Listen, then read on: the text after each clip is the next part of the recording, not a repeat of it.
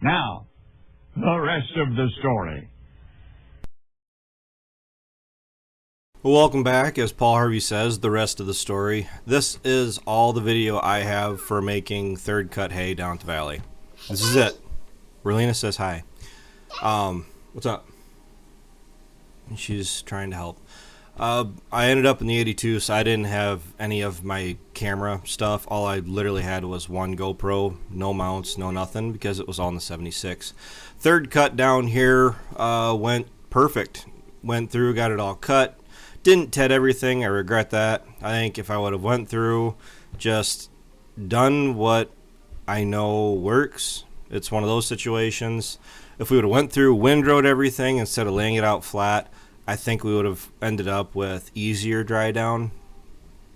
More, well, like I say about tedding, it's a more thorough dry down because we were finding the random tough spots. Oh well, it's third cut, and southwest Wisconsin getting dry third cut grass is also on top of it.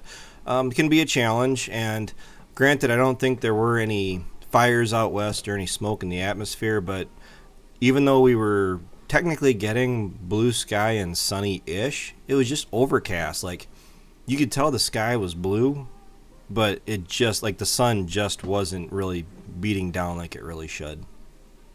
And the real star of the show here, the 569. I absolutely love this baler. It was worth it. Backing up again, power shift transmission in the 82. People are worried that it might be damaging the 82 or wear and tear on it. I get where you're coming from, but down here, on the level, it probably wouldn't be a big deal to have the kicker engaged, which I have a busted spring on the kicker that I still want to get put on, but I need to be able to back up and turn the bale uphill so they don't take off on me on some of these hills, because if I am not really thinking about it and I just let one rip and I'm not really paying attention on the upper side of the upper bottom, I feel very confident I could end one of them up in the river pretty easily. So as far as all this goes, it's all hauled in, and the last stuff, the very last stuff that I made, I baled till 10 o'clock that night, and it was green, kind of tough. Ultimately, the last 15 bales I made, I'll go ahead and say they are, without a doubt, going to be cow feed. And that's fine. Cow feed I can use. I can use it clear into next year if need be. I mean, I got enough good quality stuff that I can feed the sketchy stuff right away, and I'll be perfectly fine. But with the valley down here, the grass is all cut, and it looks beautiful. It's really pretty down here. And granted, I know this was kind of a rush job on the video. My apologies. But when everything is cut, you get the sun hitting it just right. You get just the beginning of that regrowth coming back. And I end up taking the four-wheeler back out across it before I ultimately brought the four-wheeler home that night too. And it's scenic. It's a very nice, casual, enjoyable ride, and it's nice down there, believe it or not. Would I put some of it to corn? Part of me is really wondering about it, just because rotation. One part of the farm, the neighbor's place, whatever grass is there, I don't know if it's brome, but I'm not a fan of it. And it doesn't get very tall, but it gets thick. So when you're cutting it, it doesn't seem like there's much there until you go through and you ted it out or try to ted it out. And there's ultimately more of a matted material there than what you think. But then you start getting into the dry down because it's this thinner, spindlier material. But I fed the last of it out to the cows, and it's gone. I mean, 12 hours later. And the way things look right now, we got maybe one more fourth cutting of my brother's. There's probably like 20, 30 acres there. The 569 will be doing that because that'll be frost cut. After the first row of frost, Ryan wants to go through, cut it, bale it, wrap it. And that'll be done. And then we are going through, I'm going to be doing that tomorrow, is switching the 566 over for corn fodder. So that way that's ready and then greased and ready to go, because we always blow everything off. I take out that spring tensioner, the spring teeth in the pickup, to give it more room for the corn fodder to flow through. Otherwise it plugs really nasty. Yes, going to be using the 569 for corn fodder also. Why we bother with the 2 balers over the 1, I would like to be able to go through and bale all of our fodder in about a day and a half, because it's going to be about 325 bales to really get to what we need to be. So the 569 ran great, and granted, it actually really showed its utility and its performance for first cut. Each cutting, as expected, did perform less and less throughout each cutting, but they're heavier. They're coming in about 1,300 pounds versus the 1,200 pounds from last year. And that's all I got for this video. There's Dad burned across there.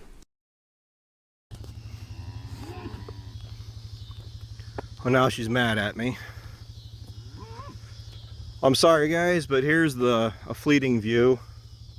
I can get ahead of her, but I'm already pushing my luck. We finally got a winner. And you can tell the mom's got a little bit of red to her coat, so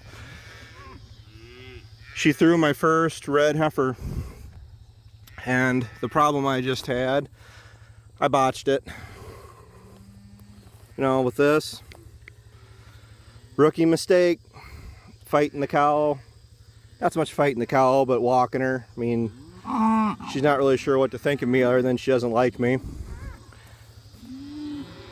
Finally got the calf far enough away from her I could put the blue tag in her ear. I lost the button, the spiky thing here. They have a tendency to fall off. And I'm a little annoyed with myself. I'm not going to press my luck because she did try charging me. But yeah, the beginnings of my red herd right there, because she'll be going up to the farm once we get there. We got last year's calf crop, blue tag, blue 10 right here. She's just over a year old, and put down in my notes, beautiful heifer. When she was born, great frame, great disposition, and as you can see, everybody last year out of that black Angus bull my parents had last year, or the year before that, really even, really nice framing. Overall, good disposition, other than Dum there. She was getting out to where she was habitual, like twice in 12 hours, so we got everybody back up here right now. One of the intentions for this week, now that hay is quote-unquote done, I want to go through and brush all this off. I mean, everything, even Ryan said that. We got that sprayer for the back of the gator. We hardly used it. Everything is just pushed back this year. I'd say we lost about 2 weeks the first part of the summer, and it just kind of rolled through the summer. So I have another heifer down here, which she's got the red hue to her. This is her actually, right here. So I brought down, I did a swap out with my parents, for those of you that are just trying to get caught up. All of those red cows, not all of them, I think 6 approximately, are my parents' cows, those red ones. So what I did is I swapped them out. I brought, I think it was 6 or 7 of the black cows that I had. It was at least 6, so I know it was at least even, if not a little bit more unbalanced. But we're just gonna go with 6 down here in exchange for the red ones, because my goal is to get primarily a red herd. As bad as I want a primarily red herd, I'm gonna have some black cows in it, because I do have the 2 that are up at the farm that I will be keeping, just because framing, disposition, nostalgia. The one that's a mother-daughter pair actually, and the mom and daughter both throw beautiful calves, so if I can keep some of those genetics in the herd, I will. only going to be using a red Angus bull or a red bull to breed my cows. Him for at least one more year, I'm figuring. And then I got another red bull lined up, so at least going forward he'll have at least 2 bulls to take care of my cows, and then the red bulls down here with my parents' herd aren't hurting anything because they're still throwing red calves. Now they're not running from me because I just saw what I did to that first calf. But what I was getting at is that heifer right there. I just realized that I have her down here now because I have a bunch of late season calves, basically the starts of a fall herd, the way it's, I hate to say it, the way it's looking.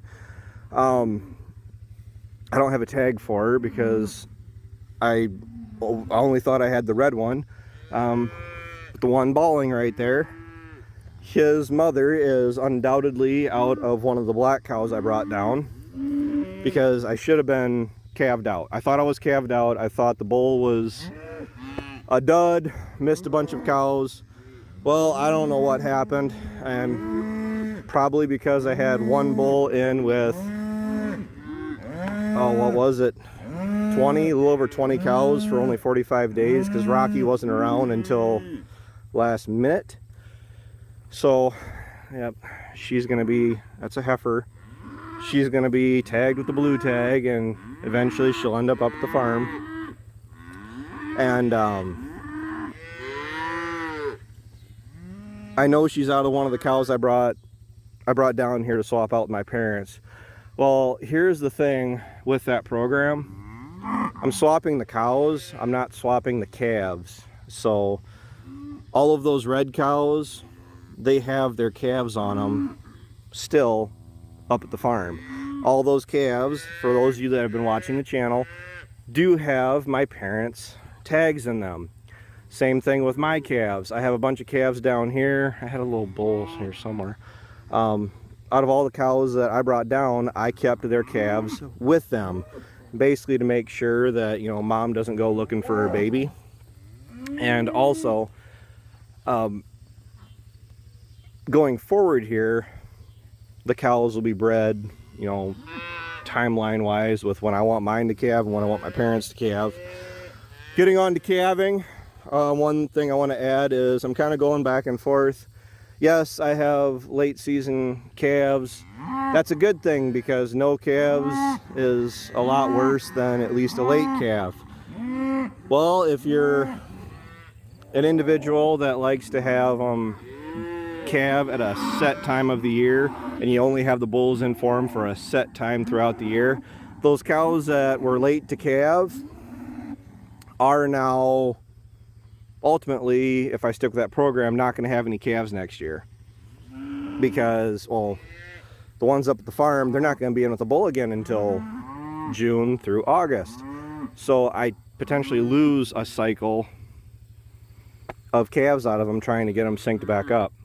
And the problem is, the more I think about that, the more I think, the more I believe, the more my opinion is I can't do that.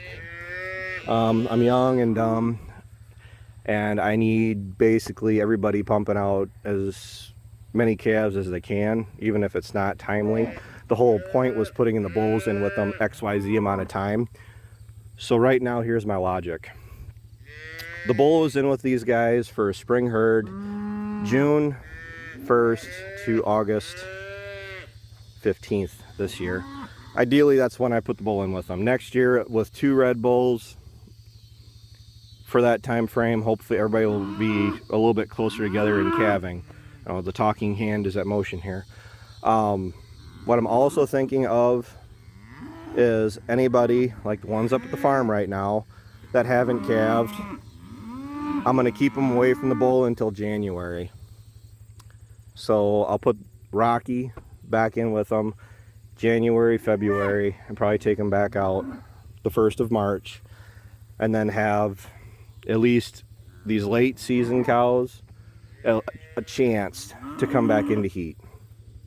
And then, because I'm not pulling my cows away from the bulls, I'll be leaving them in with the bull again June, July, into August. So I mean, if they don't get bred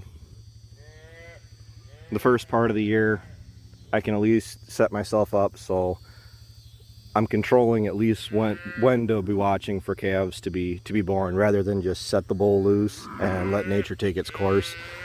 Trying to give me a timeline as to when I should be watching these guys, because we are gradually getting more cattle around, and I think there's, well, with everything you see here, it's not everybody, because there's still how many of them that are balling in that front pasture.